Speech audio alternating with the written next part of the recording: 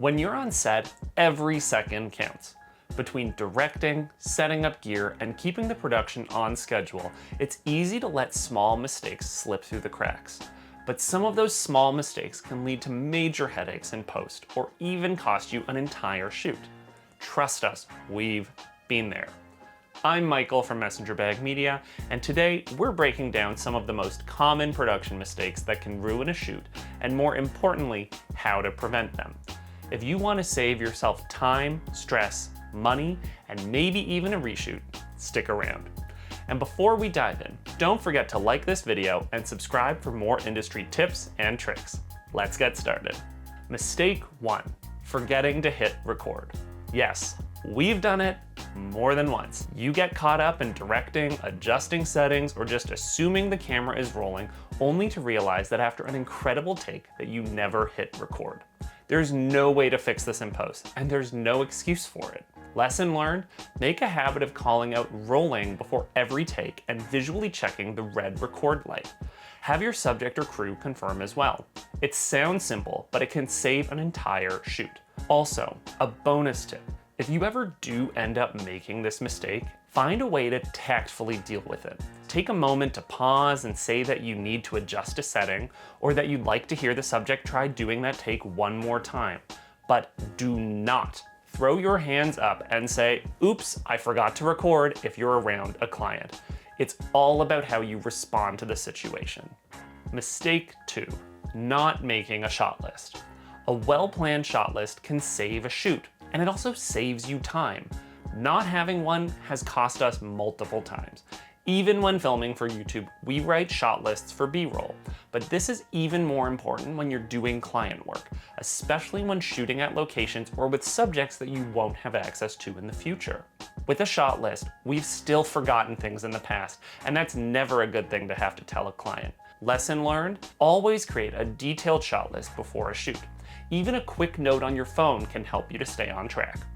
Mistake 3, not double checking shooting settings.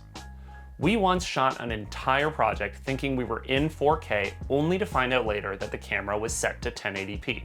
Our original Canon R6 was prone to overheating in 4K mode, and so sometimes we would swap it down to 1080, only to, oops, forget to switch it back. The R6 Mark II has certainly eliminated that swapping, but you also need to check that your frame rate is what you wanted, as well that you properly set up your shutter speed. We've also had situations where we assumed we were shooting in C-Log 3 for maximum color flexibility, but we had accidentally switched to a standard color profile, limiting our room for color adjustment in post.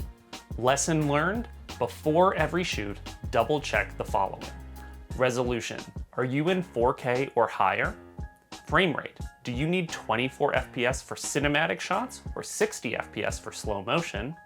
Color profile, are you in the right log or Rec 709 setting? And audio levels, is your mic picking up clean audio? Follow this checklist and it's sure to save you in the future. Mistake 4, not capturing room tone. Ever cut between two dialogue clips and noticed a weird jump in background noise? That's what happens when you don't record room tone. Recording room tone is especially important when shooting in rooms with background hums or hisses, such as an air conditioner or heating. It's always best to try to catch these sounds at the source, especially when filming video with dialogue, such as temporarily unplugging a fridge or turning off AC while shooting. Lesson learned, sometimes these things are out of your control. So before and after finishing a scene, take just 30 seconds to record the room while no one is talking. This makes editing dialogue way smoother, as you can layer it underneath if the air conditioning turned off midway or there was a change in the room tone while recording. Having the standalone room tone also helps to remove background noise more easily with certain plugins. Mistake 5, not capturing enough B-roll. Early on, we often underestimated how much B-roll we needed. We'd film a handful of shots thinking it was enough, only to find out in editing that we were repeating the same clips too much. More than this, it can be easy to underestimate how long each B-roll shot should be and how long you should hold on each angle or position. Lesson learned, capture more B-roll than you think you need. Hold each shot for at least 10 to 15 seconds and film different angles and movements as separate shots to give yourself plenty of options in the edit.